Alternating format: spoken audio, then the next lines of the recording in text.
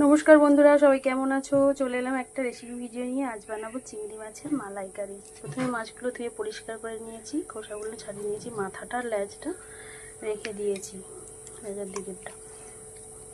আর এটা শুধু ছাড়াইনি, এটা ডিম আছে এর মধ্যে, এই খোসাটা ছাড়াইনি।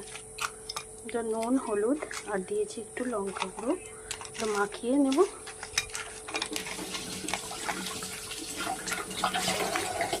এগুলো এবার ভেজে নেব।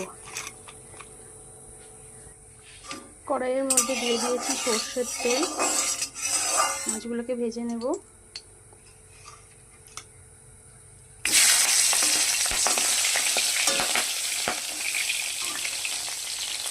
ডিম আছে না, প্রচণ্ড ছোট আছে। সমস্ত মাছগুলোকে ভেজে নেব, বেশি কড়া করবো না, হালকা করে ভেজে নেব মাছগুলো।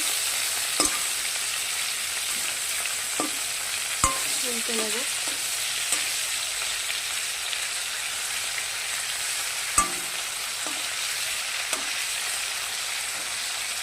মাছগুলো ভাজা হয়ে গেছে, উঠিয়ে নেব।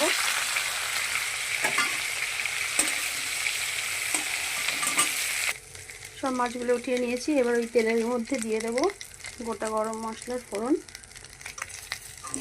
দিয়েছি একটা ছোট্ট একটা দারুচিনি কোচো, আর দিয়েছি দুটো এলাচ। বেটে রাখা পেঁয়াজটা দিয়ে দেবো। এই যে বেটে রাখা পেঁয়াজ দিয়ে দেবো, দিয়ে একটু ভেজে নেব।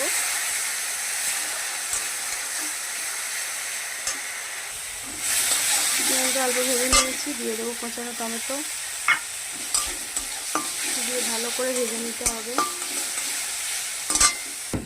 এগুলো ভাজা হয়ে গেছে। এবার দিয়ে দেবো একটু আদা আর রসুনের পেস্ট,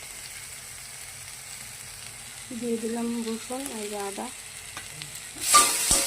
দিয়ে ভালো করে একটু কষিয়ে নেব।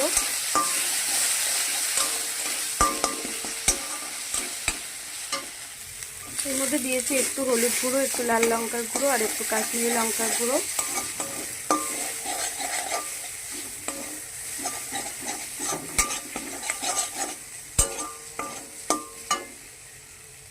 নারকেলের দুধটা দিয়ে দেবো ওর মধ্যে, একটু সামান্য একটু নারকেলের চিড়েটাও দিয়েছি।